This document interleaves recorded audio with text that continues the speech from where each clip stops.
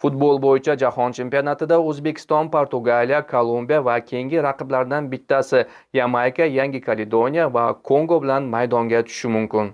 O'zbekiston terma jamoasi K guruhidan joy oldi va play-off yo'llanmasini qo'lga kiritish uchun O'zbekiston terma jamoasi Portugaliya va Kolumbiyaga qarshi maydonga tushadi. Xo'sh, o'yinlar qachon bo'lib o'tadi? 17-iyun kuni milliy terma jamoamiz Kolumbiyaga qarshi o'ynasa, 23-iyun kuni esa Portugaliyaga qarshi maydonga tushadi. Guruhdagi so'nggi o'yin esa 27-iyunga to'g'ri keladi. Milliy terma jamoamizni jahon chempionatida qanday imkoniyatlari bor? Portugaliya shubhasiz qudratli jamoa, ammo milliy terma jamoamizning ham yashirin imkoniyatlari ham mavjud. Portugaliya katta chempionatlarda katta tajribaga ega va murabbiylik maktabi ham juda ham katta va jamoaning ko'pgina futbolchilari Yevropaning top klublarida faoliyat ko'rsatadi.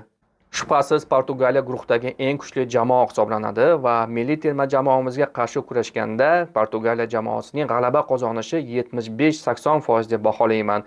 O'zbekiston milliy terma jamoasini Portugaliya ustidan g'alaba qozonishi esa 25-30% va durang bilan o'ynashi esa 15-20% deb taxmin qilishim mumkin.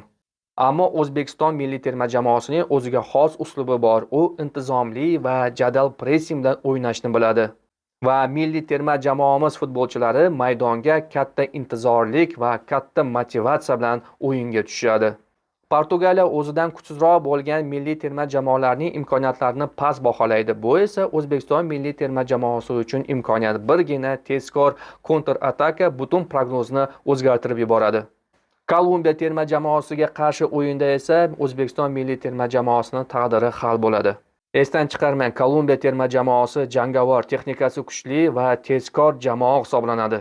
Ammo Kolumbiya terma jamoasining ham o'ziga xos minuslari bor. Ular o'yin davomida ehtiroslarga berilib, intizomni buzishni boshlaydi va himoyada katta xatolarga yo'l qo'yadi.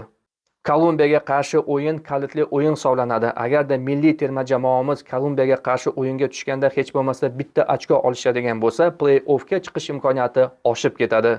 Kolumbiya milliy terma jamoasi ustidan erishilgan g'alaba esa O'zbekiston tarixiga yoziladi.